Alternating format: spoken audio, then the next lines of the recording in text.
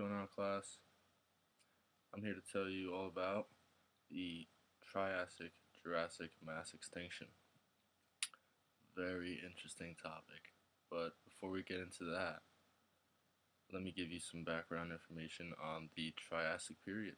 So now we have the Triassic period, which was the first period of the Mesozoic era. It occurred between 250 million years ago and 199 million years ago. Um, Earth was a different place during this time. The supercontinent Pangaea still existed, so there was no continents like there are today. The climate was different. It was very dry over almost all of Pangaea. Um, a lot of people think that the Triassic-Jurassic mass extinction is the event that wiped out the dinosaurs, but really that's not true. This event actually allowed for the dinosaurs to become the dominant species on Earth. Um, During the Triassic period, it was mostly reptiles. There was two species that survived, two main species that survived after the Permian extinction. And those two species are the therapsids, which are mammal-like reptiles. Then there are the archosaurs, which are more like reptilian-like. So now that I've given you the basic information you need to know about the Triassic period, let's get into the actual extinction event. Um, this event marks the boundary between the Triassic and the Jurassic periods. It happened around 201 million years ago. This event affected everything on Earth, creatures on land, creatures in the ocean. At least half of the species that we know were alive during that time were wiped out. But the thing is, it wasn't like one event that caused it to happen. The whole process took over 10,000 years. Um, so it's not like one day everything just went extinct. Um, and there are several explanations, but for some reason they haven't been able to determine which one is actually correct. And I don't know if they ever will be able to, but let's take a look at the three theories. Alright, so we got three theories that are the most popular among scientists. The first one is that there was a gradual climate change and sea level fluctuation.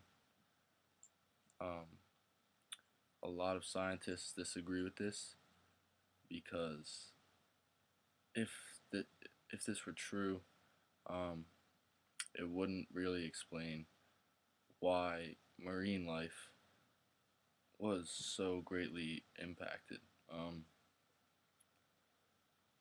34% of marine life was wiped out from this event. So, although it's possible, more than likely this was not what caused this mass extinction. Number two is that an asteroid hit Earth.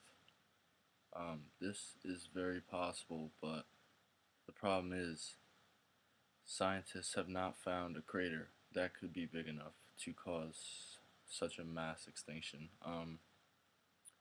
They found a crater in France where the crater is 201 million years old. So it could possibly be it, but it's not big enough. The crater is not big enough to cause a mass extinction. So even though this is possible, and there could be a crater somewhere in the ocean where we don't see it, but this also probably was not what caused this Triassic-Jurassic mass extinction.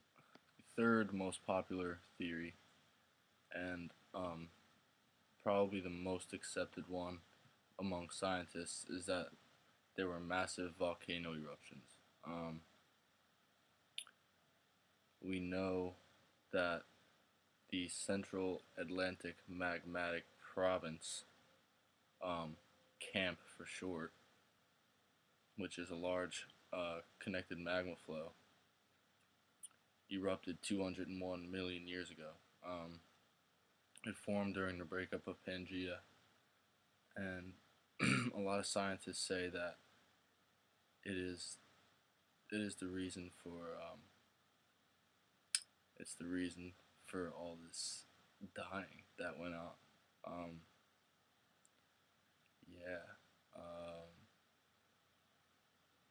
it would have caused carbon dioxide to like form a blanket over Earth, and would have caused a greenhouse effect.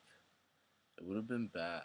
So, so this is definitely the one I think caused this mass extinction, and um, I know a lot of other scientists would agree with me. So, there you go.